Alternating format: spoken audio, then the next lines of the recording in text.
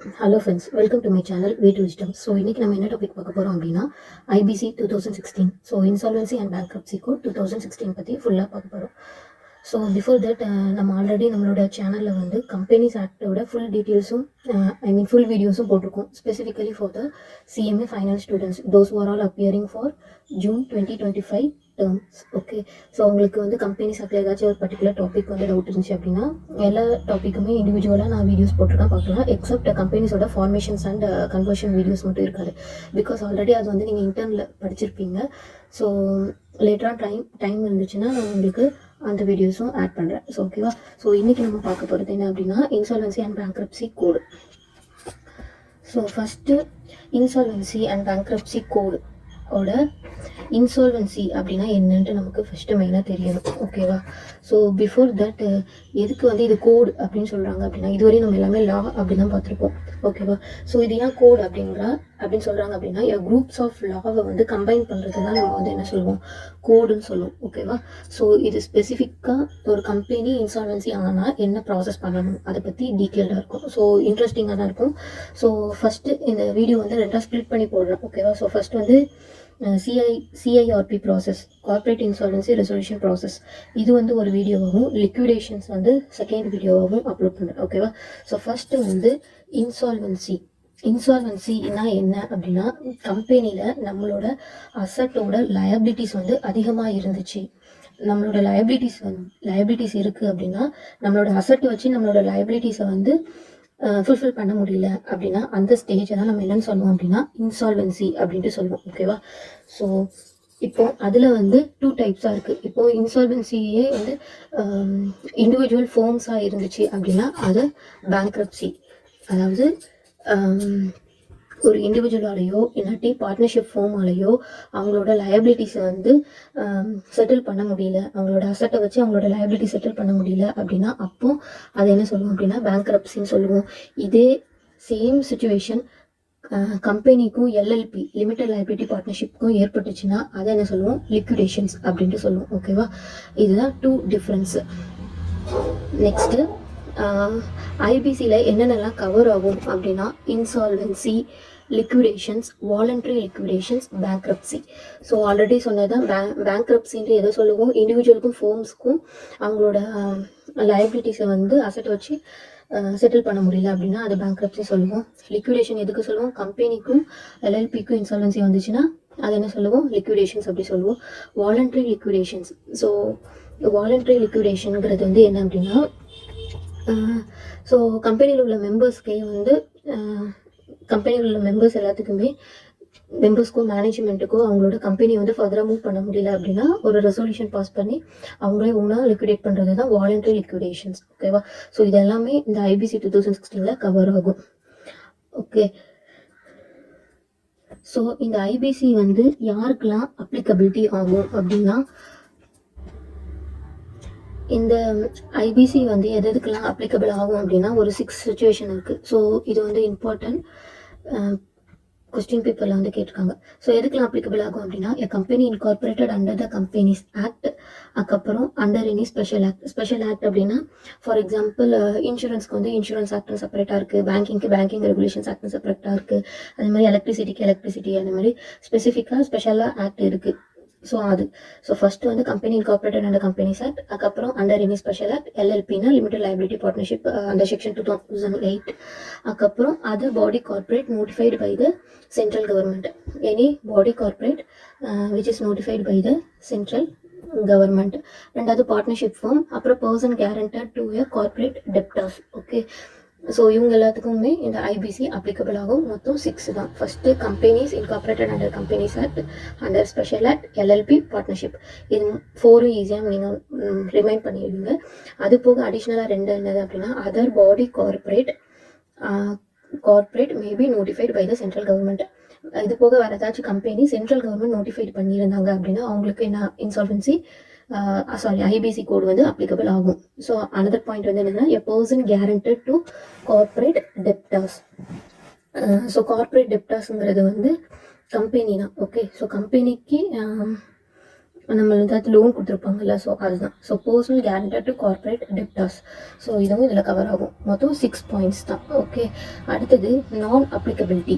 Applicability எவ்வளோ இம்பார்ட்டனோ as same as non அப்ளிகபிலிட்டியும் important. So non applicability எதுக்கெல்லாம் வந்து ஐபிசி கோட் அப்ளிகபிள் ஆகாது அப்படின்னா, ஃபினான்ஷியல் சர்வீஸ்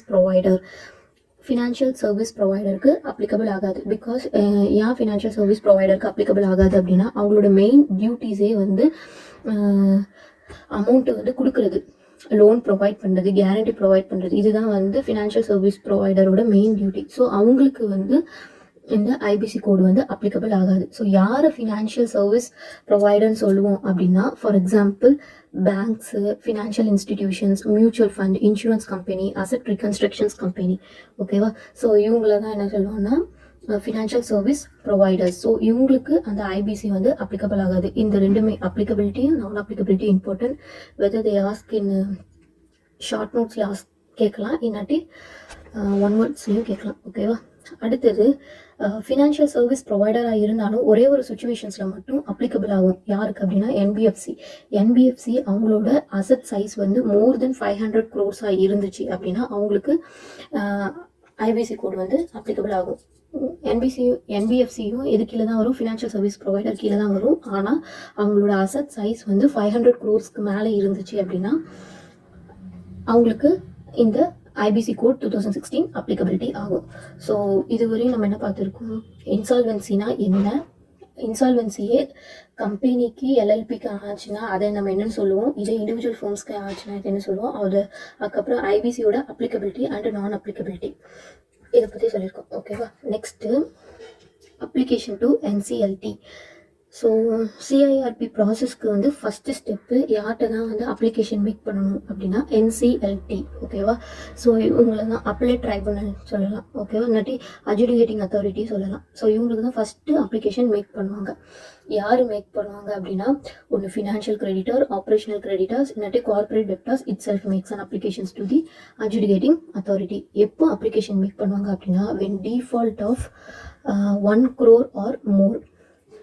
நீங்கள் கொடுத்த அந்த அமௌண்ட்டு வந்து 1 crore ஆர் அதுக்கு மேலே இருந்தால் மட்டும்தான் அப்ளிகேஷன் வந்து ட்ரைபுனல்கிட்ட மேக் பண்ண முடியும். First application by financial creditors.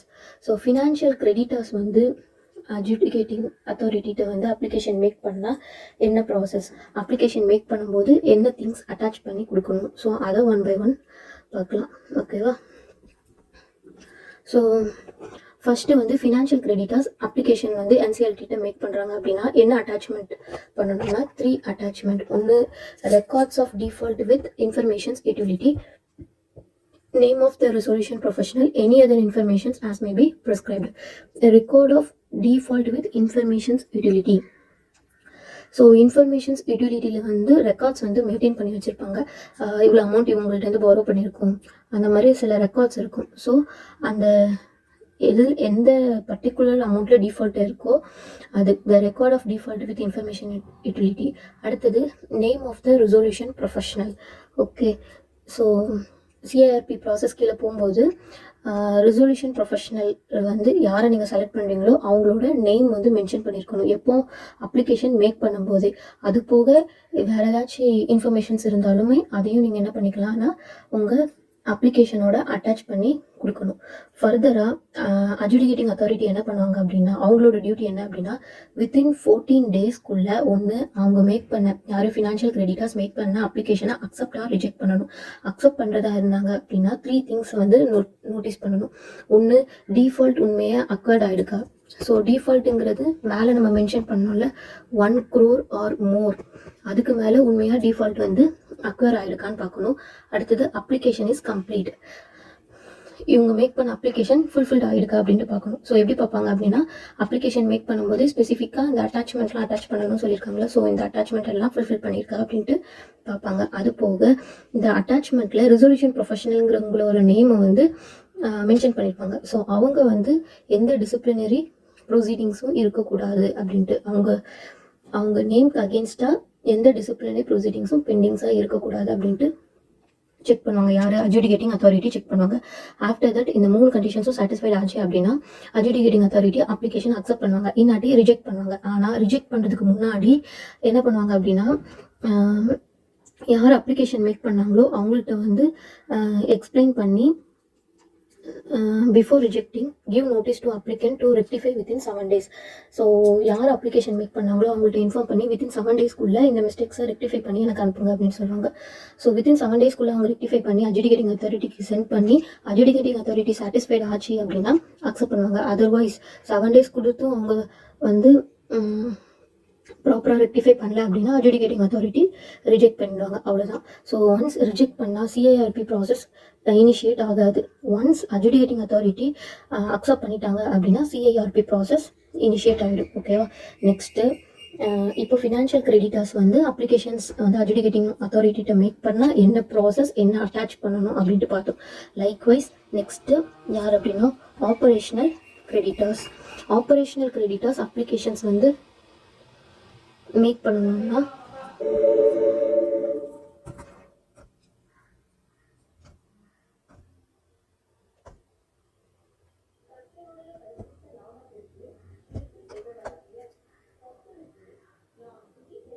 அடுத்தது வந்து என்னதுன்னா பப்ளிக் அனௌன்ஸ்மெண்ட்.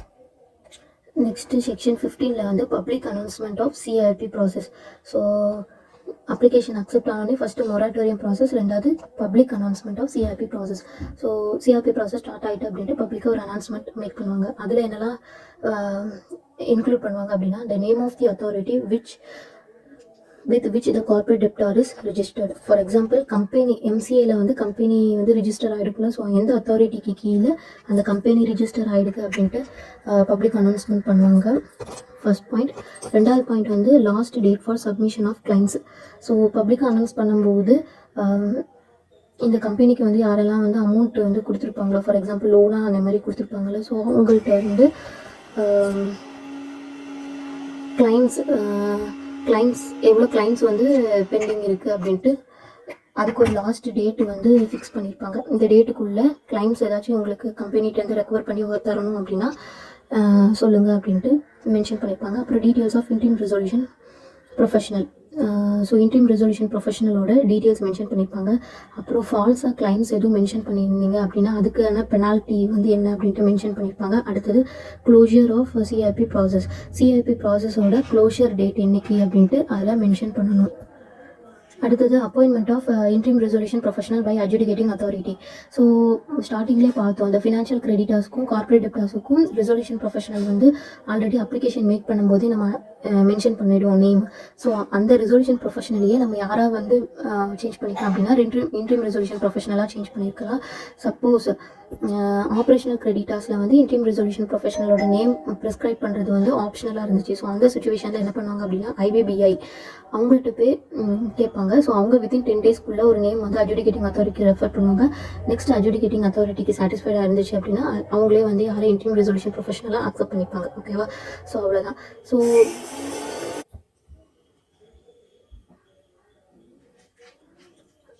அடுத்தது eligibility of the resolution professional. So resolution ப்ரொஃபஷனலோட எலிஜிபிலிட்டி என்ன அப்படின்னா இண்டிபெண்டன்ட் டைரக்டர்ஸோட எலிஜிபிலிட்டி தான் ரெசல்யூஷன் ப்ரொஃபஷனலோட எலிஜிபிலிட்டி.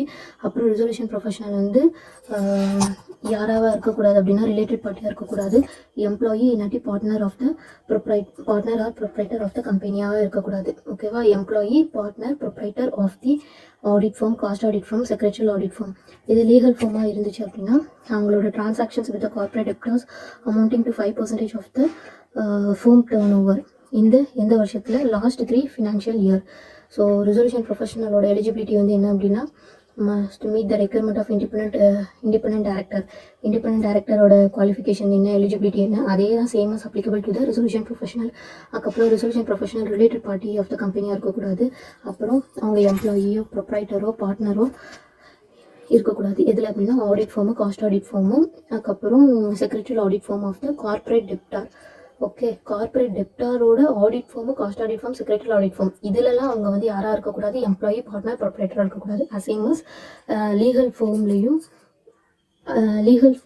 இருக்கக்கூடாது. ஸோ அதில் ஒரு கண்டிஷன்ஸ் இருக்குது. என்ன அப்படின்னா அதில் அவங்களோட டிரான்சாக்ஷன்ஸ் வித் கார்பரேட் டெப்டார் வந்து 5% ஆஃப் த ஃபேம் டேர்ன் ஓவராக இருக்கக்கூடாது, எப்போ லாஸ்ட் 3 ஃபினான்ஷியல் இயர்லேயும். ஓகேவா?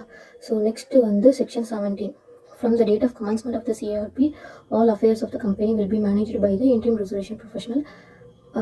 அதுக்கப்புறம் சிஆர்பி ப்ராசஸ் வந்து ஸ்டார்ட் ஆனதுக்கப்புறம் எல்லா கம்பெனியோட மேனேஜ்மெண்ட்டும் யார் பார்ப்பாங்க அப்படின்னா ஐஆர்பி தான், இன்ட்ரீம் ரெசல்யூஷன் ப்ரொஃபஷனல் தான் பார்ப்பாங்க.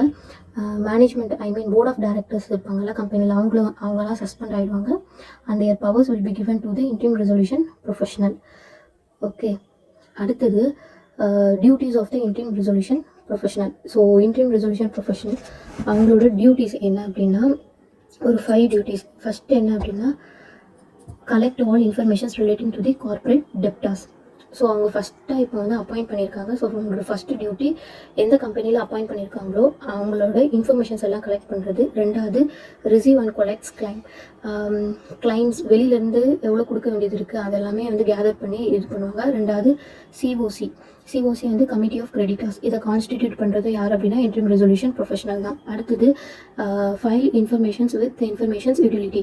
இன்ஃபர்மேஷன் யூட்டிலிட்டியில் அவங்களுக்கு தெரிஞ்ச இன்ஃபர்மேஷன்ஸை ஃபீட் பண்ணுவாங்க. லாஸ்ட் பாயிண்ட் வந்து take control of assets and liabilities.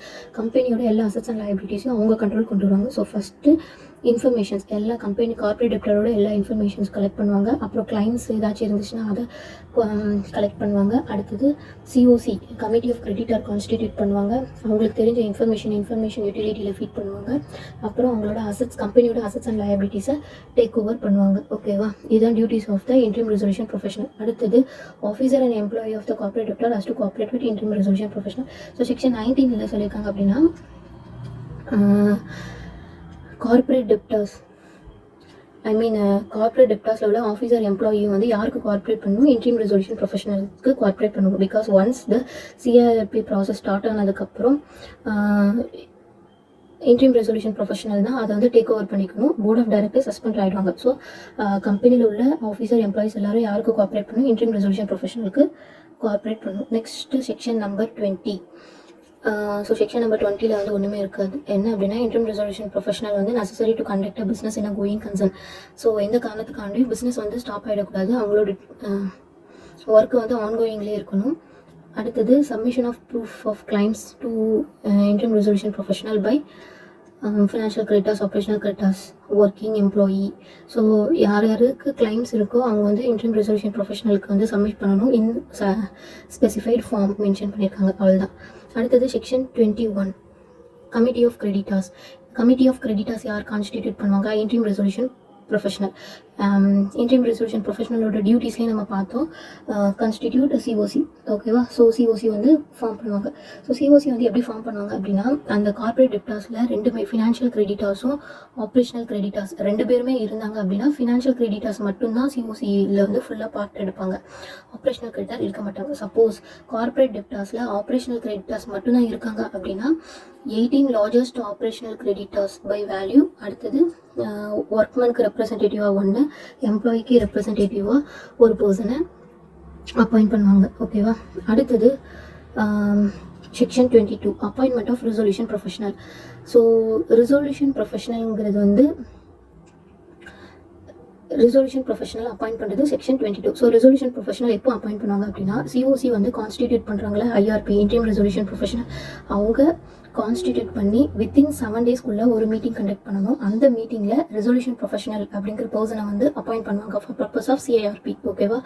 So இந்த ரெசல்யூஷன் ப்ரொஃபஷனல் யாராக இருக்கலாம் அப்படின்னா இதுவரையும் இன்ட்ரீம் ரெசல்யூஷன் ப்ரொஃபஷனலாக ஆக்ட் பண்ணாங்கல்ல, ஸோ சேம் பர்சனையும் ரெசல்யூஷன் ப்ரொஃபஷனலாக ஆக்ட் பண்ணலாம். இன்னாட்டி ஐபிபிஐட்ட வந்து ரெக்கமெண்ட் அட்ஜுடிகேட்டிங் அத்தாரிட்டி ரெக்கமெண்ட் பண்ணி இன்னொரு பர்சன்ஸையும் வந்து ஃப்ரெஷ்ஷாக ஒரு பர்சனையும் ரெசல்யூஷன் ப்ரொஃபஷனலாக அப்பாயிண்ட் பண்ணலாம். ஓகேவா? ஸோ சேம் பர்சனை அப்பாயிண்ட் பண்ணுறதா இருந்தீங்க அப்படின்னா சிஓசியில் 66% ஓட்டிங் பவர் வேணும், அவ்வளோதான். அடுத்தது section number 24 meetings of COC. So COC வந்து எப்படிலாம் கண்டக்ட் பண்ணுவாங்க அப்படின்னா பர்சனாகவும் கண்டக்ட் பண்ணலாம், இமோடாகவும் கண்டக்ட் பண்ணலாம். Conducted by the resolution professional. So meeting conduct பண்ணுறதா இருந்தால் நோட்டீஸ் யாருக்கெல்லாம் கொடுப்பாங்க? சிஓசியில் உள்ள மெம்பர்ஸ்க்கு கொடுப்பாங்க. அப்புறம் சஸ்பெண்ட் ஆன போர்ட் ஆஃப் டைரக்டர்ஸ் கொடுப்பாங்க. அப்புறம் operational creditors if the amount owned is more than 10% of the total debts. Operational கிரெடிட்டர்ஸ்க்கும் நோட்டீஸ் கொடுப்பாங்க. எப்போ அப்படின்னா அவங்களோட டெப்ட் வந்து 10%க்கு மேலே இருந்துச்சு, டோட்டல் டெப்டில் ஆப்ரேஷனல் கிரெடிட்டாஸோட டெப்ட் வந்து 10%க்கு மேலே இருந்துச்சு அப்படின்னா அப்போ அவங்களுக்கும் நோட்டீஸ் கொடுப்பாங்க. அடுத்தது each corporate creditor shall vote according to its voting shares. அப்புறம் quorum of the meeting வந்து 33% of the voting shares.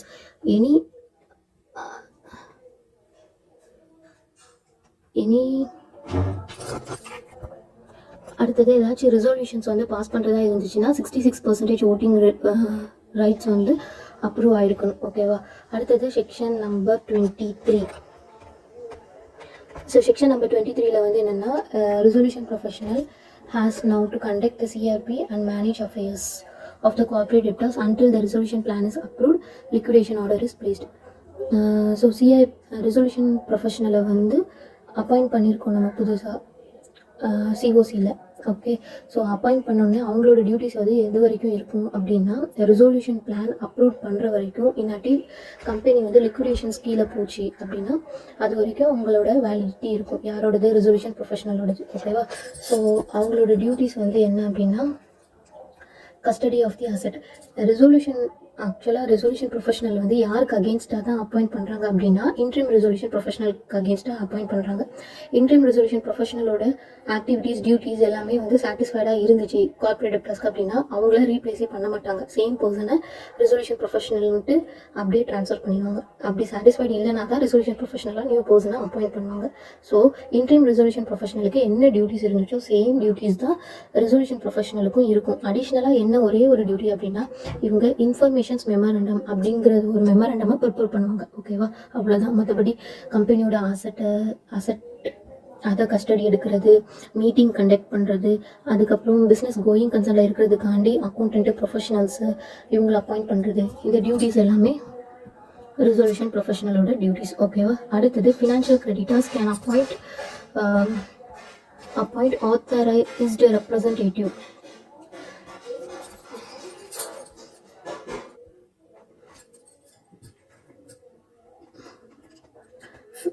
Financial creditors வந்து அப்பாயிண்ட் ஆத்தரைஸ்டு ரெப்ரசன்டேட்டிவ். ஃபினான்ஷியல் கிரெடிட்டர்ஸால் சிஓசி மீட்டிங்கில் வந்து பார்ட்டிசிபேட் பண்ண முடியல அப்படின்னா அவங்களுக்கு அகேன்ஸ்டாக ரெப்ரசன்டேட்டிவ் வந்து ஆத்தரைஸ்டு ரெப்ரசன்டேட்டிவ் வந்து அப்பாயிண்ட் பண்ணலாம். ஓகேவா?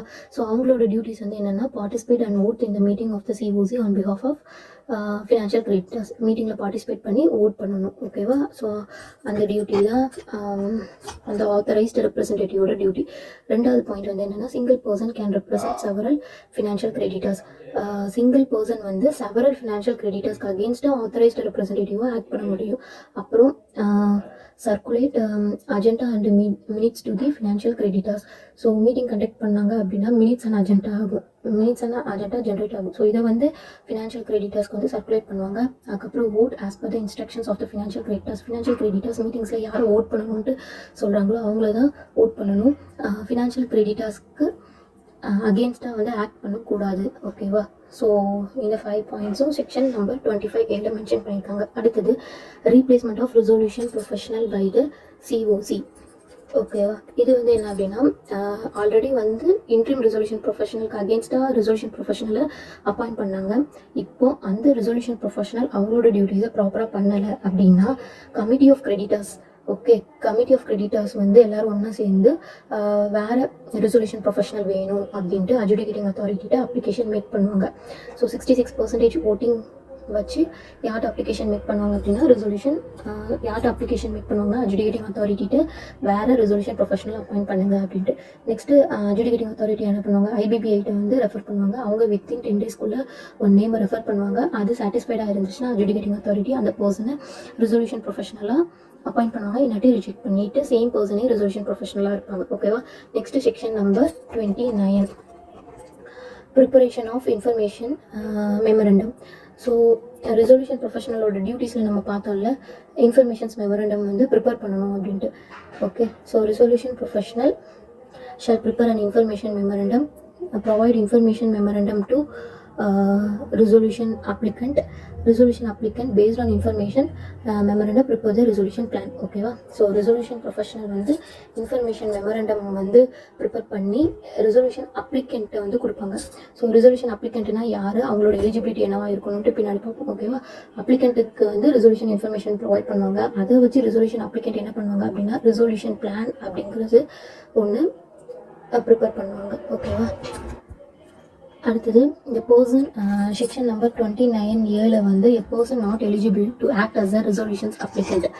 ஸோ மேலே பார்த்தால ரெசல்யூஷன் ப்ரொஃபஷனல் வந்து இன்ஃபர்மேஷன் மெமரண்டம் ப்ரிப்பேர் பண்ணி ரெசல்யூஷன் அப்ளிகண்ட்டை வந்து கொடுப்பாங்க அப்படின்னு சொன்னால, அந்த ரெசல்யூஷன் அப்ளிகண்ட்டுக்கு சில எலிஜிபிலிட்டி இருக்குது. அந்த எலிஜிபிலிட்டி ஃபுல்ஃபில் பண்ணல அப்படின்னா அவங்களுக்கு ரெசல்யூஷன் அப்ளிகண்ட்டாக நம்ம டிக்ளேர் பண்ண மாட்டோம். என்ன எலிஜிபிலிட்டி அப்படின்னா அன்டிஸ்சார்ஜ்டு, அந்த அப்ளிகண்ட் வந்து எப்படி இருக்கக்கூடாது அப்படின்னா undischarged insolvent, loan taken classified as NPA non performing asset, அதுக்கப்புறம் வில்ஃபுல் டிஃபால்ட்டராக இருக்கக்கூடாது. ஸோ அன்டிஸ்சார்ஜ்டு இன்சால்வெண்ட்டாக இருக்கக்கூடாது, வில்ஃபுல் டிஃபால்ட்டராக இருக்கக்கூடாது, அப்புறம் லோன் டேக்கன் பேங்க்லேருந்து லோன் எடுத்து அந்த இதை வந்து நான் பெர்ஃபார்மிங் அசட்டாக டிக்ளேர் பண்ணியிருக்கக்கூடாது. ஓகேவா? அடுத்தது disqualifications to act as directors.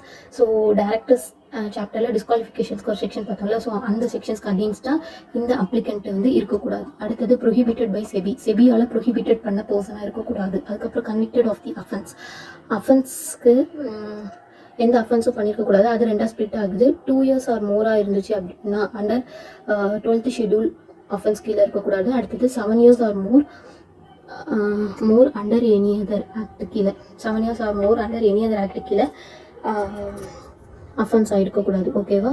So இதெல்லாமே நோட் பண்ணணும். இதுக்கு அகெயின்ஸ்டாக வந்து இருக்கக்கூடாது. ஓகேவா? இந்த கண்டிஷன்ஸ்லாம் வந்து சாட்டிஸ்ஃபைட் பண்ணியிருந்தாங்க அப்படின்னா ரெசல்யூஷன் அப்ளிகண்ட்டாக அவங்களை கன்சிடர் பண்ண மாட்டாங்க. ஓகே, ஸோ நார்மல் பர்சனாக இருந்தாலும் ரெசல்யூஷன் அப்ளிகண்ட்டாக கன்வெர்ட் ஆகும். அடுத்தது submission of resolution plan. Okay, once the resolution plan வந்து ரெசல்யூஷன் அப்ளிகண்ட் வந்து ப்ரிப்பேர் பண்ணக்கப்புறம் யார்கிட்ட கொடுப்பாங்க, யார் இன்ஃபர்மேஷன் மெமரண்டம் ப்ரொவைட் பண்ணாங்க, ரெசல்யூஷன் ப்ரொஃபஷனல். ஸோ அவங்கள்ட்ட கொண்டு போய் கொடுக்கும்போது அவங்க சில திங்ஸ் எல்லாம் பார்ப்பாங்க. என்ன பண்ணுவாங்க அப்படின்னா இவங்க மேக் பண்ண அந்த ரெசல்யூஷன் பிளான் வந்து சிஐஆர்பி காஸ்ட்டை வந்து ஃபுல்ஃபில் பண்ணுதா, சிஐஆர்பி ப்ராசஸ் கீழே இவங்க வரும்போது சிஐபி ப்ராசஸ்க்குன்னு சில காஸ்ட் ஆகிருக்கும். அந்த காஸ்ட்டை மெட் பண்ணுற அமௌண்ட்டு இவங்க பிளானில் இருக்கா, அடுத்தது ஆப்ரேஷனல் கிரெடிட்டாக ஃபினான்ஷியல் கிரெடிட்டர்ஸ்க்கு கொடுக்கக்கூடிய சஃபிஷியன்ட் அமௌண்ட் இருக்கா அப்படின்னு பார்ப்பாங்க. அப்புறம் management of the affairs of the corporate debtors. So corporate டெப்டர்ஸில் அது போர்ட் ஆஃப் டைரக்டர்ஸாக சில பேர்லாம் சஸ்பெண்ட் பண்ணி வச்சுருந்தோம். ஸோ அதுக்கான அமௌண்ட்லாம் இருக்கா அப்படின்ட்டு டீட்டெயில்டாக வந்து பார்ப்பாங்க. ஓகேவா? அப்புறம் டஸ் நாட் கான்ட்ராவென்ஸ் எனி அதர் லா, எந்த லாக்கு அகேன்ஸ்டாகவும் இவங்களோட பிளான் வந்து இருக்கக்கூடாது, கான்ட்ராவென்ஸ் எதுக்கு அகேன்ஸ்டாகவும் இருக்கக்கூடாது அப்படின்ட்டு பார்ப்பாங்க. இதெல்லாம் சாட்டிஸ்ஃபைட் ஆச்சு அப்படின்னா சிஓசியில் வந்து 66% வந்து எல்லா கிரெடிட்டர்ஸும் அக்செப்ட் பண்ணிட்டாங்க அப்படின்னா அது ஃபார்வர்டு டு அட்ஜுடிகேட்டிங் அத்தாரிட்டிகிட்ட ஃபார்வர்ட் பண்ணுவாங்க. அட்ஜுடிகேட்டிங் அத்தாரிட்டி ஒன்று அக்செப்ட் பண்ணுவாங்க, இல்லாட்டி ரிஜெக்ட் பண்ணுவாங்க. அக்செப்ட் பண்ணாங்க அப்படின்னா சேம் ரெசல்யூஷன் ப்ரொஃபஷனல் பார்த்து same things binding all parties involved. இதில்